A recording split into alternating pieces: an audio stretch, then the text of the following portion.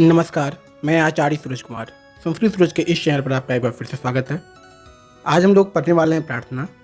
इसमें कि 2 पद्य है। 2 पद्य में से पहला पद्य जिसमें बच्चे ईश्वर से प्रार्थना कर रहे हैं कि हमें सद्ज्ञान दें, और दूसरे पद्य में पर्वतराज हिमालय से आत्मनिवेदन कर रहे हैं कि वो हमारे देश के गौरव में 4 चांद लगाता रहे। हम लोग दोनों पद्य को पढ़ेंगे, उसके अन्वय को समझेंगे, अर्थ को समझेंगे, सारांश समझेंगे, और फिर अगले भाग में इससे संबंधित सरल व्याकरण को भी समझेंगे। तो शुरू करते हैं। पहला पद्य क्या है पढ़ेंगे हम लोग। त्वमेव माता च पिता त्वमेव, त्वमेव बंधुश्च सखा त्वमेव, त्वमेव विद्या द्रविणम त्वमेव, त्वमेव सर्वम मम देव देव। ये पहला पद्य है। दूसरा पद पढ़ेंगे। नमो नगेंद्राय हिमालयाय, नमो विशालाय च सागराय, नदीगणेभ्यः सुख साधनेभ्यो देशाय तस्मै मम भारताय। ये 2 पद्य पढ़ा हमने। अब इस पद्य का हम लोग अन्वय देखेंगे, शब्दार्थ देखेंगे, हिंदी अर्थ देखेंगे और सारांश देखेंगे। सबसे पहले अगर आपके मन में ये आ रहा हो कि अन्वय होता क्या है, तो अन्वय जो है वो शब्दों का तर्कपूर्ण क्रम होता है। अन्वय का शाब्दिक अर्थ सकारात्मक होता है।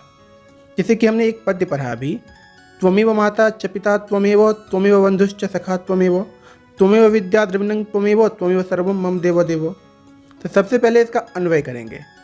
अन्वय करने से क्या लाभ होगा कि अन्वय जब आप कर लेंगे, तर्कपूर्ण क्रम में इस पद्य को सजा लेंगे, तो फिर आपको जो अर्थबोध आपके लिए करना आसान हो जाएगा, अर्थ करना आसान हो जाएगा, अर्थ आसानी से आप समझ जाएंगे।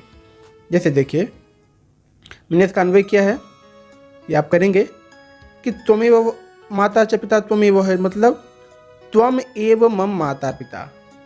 इसको अंडरलाइन करते हुए आपको समझाते हैं। त्वम एव मम माता पिता बंधु सखा च, त्वम एव मम विद्या द्रविणम च सर्वम। इस पद्य का ये अन्वय हुआ। अब हम ईश्वर से निवेदित कर रहे हैं, इसलिए मैंने अन्वय को अच्छे से, क्योंकि अन्वय का शाब्दिक अर्थ क्या होता है? सकारात्मक। और वाक्य को सकारात्मक बनाने के लिए हम जोड़ेंगे ना, प्रभु से निवेदित कर रहे हैं। तो फिर हे प्रभु, त्वम एव मम माता पिता बंधु सखा च अस्ति, त्वम एव मम विद्या द्रविणम च सर्वम अस्ति। ये इसका अन्वय हुआ। ठीक है, इस पद्य का ये अन्वय हुआ। अब आगे देखेंगे शब्दार्थ। मैंने पहले अन्वय किया इस पद्य का, अब शब्दार्थ जब जान जाएंगे तो अर्थ भी आप आसानी से जान जाएंगे। त्वम मतलब तुम या आप, त्वम मतलब तुम या आप, एव मतलब ही, मम मतलब मेरा या मेरे, बंधु मतलब भाई, सखा मतलब मित्र, च मतलब और, विद्या मतलब ज्ञान, और द्रविणम मतलब धन दौलत, सर्वम मतलब सब कुछ। इसका ये शब्द का अर्थ हुआ। अब हमने जो अन्वय किया था इस पद्य का, उस अन्वय का अर्थ समझिए। अन्वय का अर्थ क्या किया था हम लोगों ने? त्वम एव मम माता पिता बंधु सखा चो, मतलब आप ही मेरे माता पिता, भाई, मित्र, ठीक है, और त्वम एव मम विद्या द्रविणम च सर्वम, और आप ही जो है ज्ञान धन दौलत सब कुछ हैं। ये अन्वय अर्थ हो गया जो आपने पद्य पढ़ा था। त्वमेव माता च पिता त्वमेव, त्वमेव बंधुश्च सखा त्वमेव, त्वमेव विद्या द्रविणम त्वमेव, त्वमेव सर्वम मम देव देव। इसका ये हम लोगों ने तर्कपूर्ण क्रम में पहले अन्वय किया, फिर अन्वय का अर्थ किया। लेकिन अब इस पद्य का जो है सारांश समझेंगे। सारांश क्या है कि अब हम ईश्वर से प्रार्थना करते हैं कि हे ईश्वर, आप ही मेरे माता पिता, भाई, मित्र, और आप ही ज्ञान धन दौलत, आप सब कुछ हैं। आप हमें ज्ञान का आशीर्वाद दें जिसे प्राप्त कर हम अपने जीवन को धन्य बना सके। ये इस पद्य का सारांश हुआ। तो आशा करते हैं ये पद्य आपके समझ में आ गया होगा। आप शब्दार्थ पहले अन्वय करेंगे और शब्दार्थ जान जाएंगे तो इसका अर्थ ग्रहण करना आपके लिए और भी आसान हो जाएगा। ठीक है, अभी हमने दूसरा पद्य पढ़ा था। नमो नगेंद्राय हिमालयाय, नमो विशालाय च सागराय, नदीगणेभ्यः सुख साधनेभ्यो देशाय तस्मै मम भारताय। इसका अन्वय करेंगे हम। नगेंद्राय नमः, हिमालयाय नमः, विशालाय नमः च सागराय नमः, सुख साधनेभ्यः नदीगणेभ्यः नमः, तस्मै मम देशाय भारताय नमः। सबसे पहले इसका हमने जो है तर्कपूर्ण क्रम में अन्वय कर लिया इस पद्य का। अब हम इसका शब्दार्थ जानेंगे। नगेंद्राय का अर्थ क्या होता है? तो नगेंद्राय का अर्थ क्या होता है? पर्वतराज। और पर्वतराज किसके लिए प्रयोग किया जाता है? तो हिमालय के लिए प्रयोग किया जाता है। नमः मतलब नमस्कार, हिमालयाय मतलब हिमालय के लिए, हिमालय। विशाल मतलब विस्तृत, बहुत बड़े क्षेत्र में फैला हुआ। च मतलब और, सागराय मतलब समुद्र को, सुख साधनेभ्य यानी सुख साधन के लिए, नदीगणेभ्य यानी नदी समूह को, तस्मै मतलब उसके लिए, मम मतलब मेरा, देशाय मतलब देश को, भारताय मतलब भारत को या भारत के लिए। यह आपने दूसरे पद्य का शब्द का अर्थ आपने जान लिया। अब हमने जो अन्वय किया था, नगेंद्राय नमः, हिमालयाय नमः, विशालाय नमः, च सागराय नमः, सुख साधनेभ्य नदीगणेभ्य तस्मै मम देशाय भारताय नमः, उसका अन्वय अर्थ समझेंगे। क्या? नगेंद्राय नमः मैंने कहा है, नगेंद्राय किसके लिए प्रयुक्त हुआ है? पर्वतराज के लिए। पर्वतराज कौन? हिमालय। तो पर्वतराज को नमस्कार है। क्या? पर्वतराज को नमस्कार है।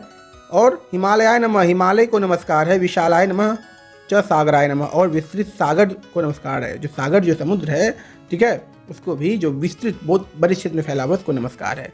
सुख साधनेभ्यो नदीगणेभ्यः नमः, धन दौलत को नमस्कार है और नदी समूह को भी नमस्कार है। तस्मै मम देशाय भारताय नमः, इन संपन्नताओं के लिए अपने भारत देश को भी नमस्कार है, प्रणाम है। ठीक है, ये अन्वय करके हम अर्थ जानेंगे। मैंने पहले पद्य पढ़ा, पद्य का अन्वय किया, अन्वय करने के बाद अर्थ बहुत आसानी से हो जाता है। लेकिन अर्थबोध करने के लिए आपको उस शब्दों का अर्थ भी जानना आवश्यक होगा। शब्द का अर्थ जान लेंगे, पूरे शब्दार्थ देख लेंगे, उसके बाद अन्वय अर्थ करेंगे।